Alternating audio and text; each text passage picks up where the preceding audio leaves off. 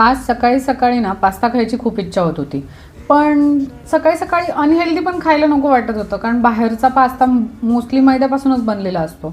So मी म्हटलं चला ठीक आहे, चपातीच्या पिठापासूनच आपण पास्ता बनवूया. खरं तर याच्यामध्ये अंडं टाकलं पाहिजे, पण ह्याच्यात मी अंडं टाकलं नव्हतं. ऑलरेडी चपातीचं पीठ मळलेलं होतं, त्याच्यापासूनच मी हा पास्ता बनवला.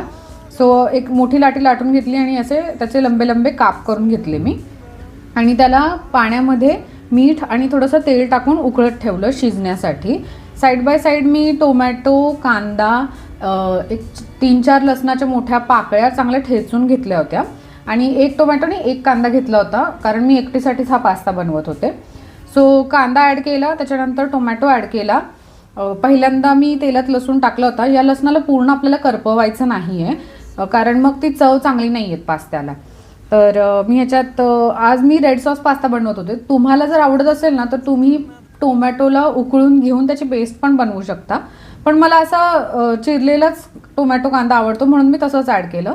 वरून मी थोडीशी लाल मिरची पावडर ॲड केली होती. तुम्हाला जसं तिखट आवडत असेल त्याच्यानुसार तुम्ही ॲड करू शकता. ह्याच्याऐवजी तुम्ही मिरीपूडसुद्धा ॲड करू शकता.